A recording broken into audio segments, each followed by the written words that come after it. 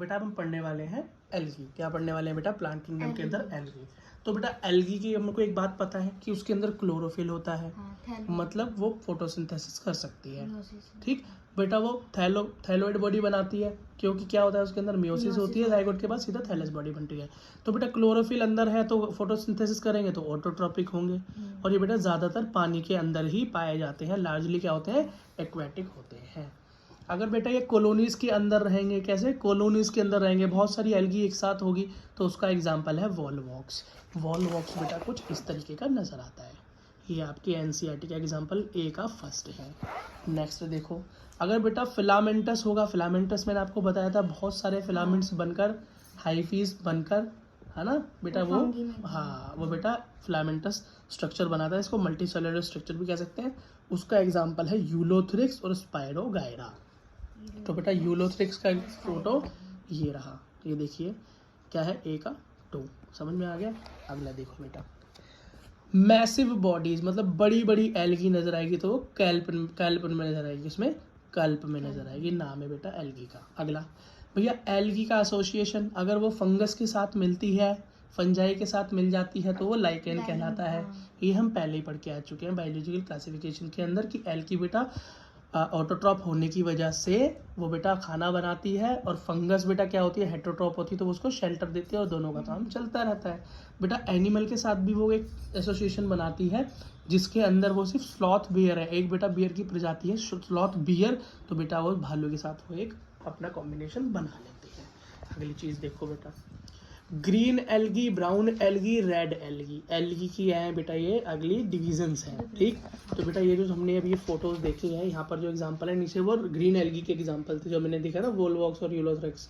नीचे brown algae, red algae. यार इसका जैसा कलर होगा, जैसा पिगमेंट होगा, वही उसका नाम हो जाएगा। रेड कलर की होगी तो रेड एल्गी हो जाएगी, ब्राउन कलर की दिखाई देगी तो ब्राउन एल्गी हो जाएगी, और बेटा ग्रीन दिखाई देगी तो ग्रीन एल्गी हो जाएगी, है ना।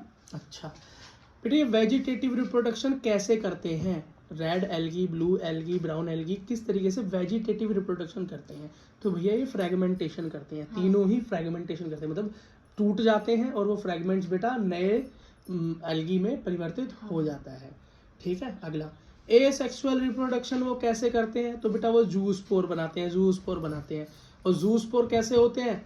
ग्रीन एल्गी और ब्राउन एल्गी के बेटा कैसे होते हैं? मोटाइल होते हैं, मतलब मूव कर सकते हैं, खुद मूव कर सकते हैं। और बेटा ये मैंने उनको अभी शुरू से बताया कि ये सीक्वेंस है, मत बोलना जो भी सीक्वेंस मैंने लिखा है, सीक्वेंस क्या लिखा है?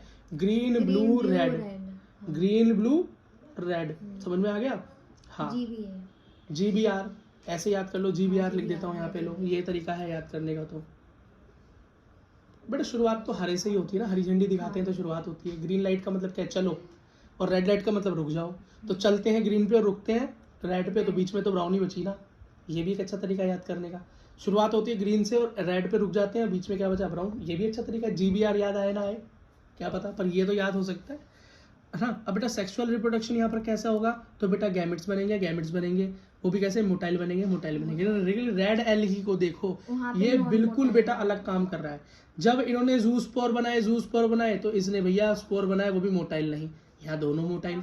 ग्रीन एल्गी ब्राउन एल्गी एक जैसे काम कर रहे हैं, लेकिन रेड एल्गी इनसे बिल्कुल अलग। इसके स्पोर्स भी कैसे है? Non motile.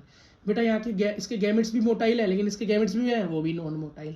तो रेड वाला बेटा एक्टिविटी में ज़्यादा इंटरफेयर करता है, इंटरेस्टिंग है नहीं। तो ब्लू और ग्रीन दोनों दोस्त नज़र आ रहे हैं, और रेड वाला हमें दोस्त नहीं नज़र आ रहा, अलग अलग काम करता है। तो बेटा याद करने में आसानी हो जाएगी। ठीक है। अगला देखो ग्रीन एल्गी के बारे में पढ़ते हैं। सबसे पहले क्या? ग्रीन एल्गी के बारे में पढ़ते हैं। तो बेटा ग्रीन एल्गी यूनिसेल्युलर होती है, एल्गी होती है यूनिसेल्युलर है, सीधी सी बात है। कॉलोनियल होगी, कैसी? कॉलोनियल होगी, क्योंकि बेटा इसका एग्जांपल क्या है? वॉलवॉक्स। और मैंने बोला था जब बेटा कॉलोनी में रहे तो वॉलवॉक्स इसका एग्जांपल हुआ ग्रीन एल्गी का, और यूलोथ्रेक्स हुआ फिलामेंटस। ये देखो नीचे ग्रीन एल्गी के एग्जांपल वॉलवॉक्स और यूलोथ्रेक्स। ठीक है। अच्छा अगला देखो, फिलामेंटस और कैसी मिलेगी? कॉलोनियल में। याद करने में आसान हो गया बेटा। क्लोरोप्लास्ट, इसके अंदर जो क्लोरोफिल जिसके अंदर मिलता है, जिस बॉडी में क्लोरोप्लास्ट, वो किस तरह की होगी? वो प्लेट जैसी शेप की होगी, जैसे डिस्क जैसी शेप्स होंगी, कैसी? डिस्क जैसी, प्लेट जैसी शेप्स होंगी। ठीक है बस। और स्पाइरल या रिबन की तरह भी दिखाई दे सकते हैं, या कप शेप भी बहुत सारी डिफरेंट शेप है, पर मेजोरिटी बेटा ये प्लेट शेप मिलेगी। अगला क्या है? पाइरिनोइड मिलेगा। ये पाइरिनोइड क्या है भाई? पाइरिनोइड का मतलब होता है जिसके अंदर प्रोटीन हो। क्या?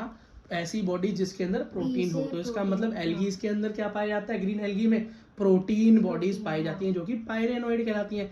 पी से प्रोटीन, पायरेनोइड, पायरेनोइड पी से प्रोटीन, प्रोटीन पाया जाता है। और बेटा एक और चीज स्टार्च पाया जाता है, प्लांट्स में तो मिलता ही है बेटा स्टार्च। ठीक है, बस बेटा।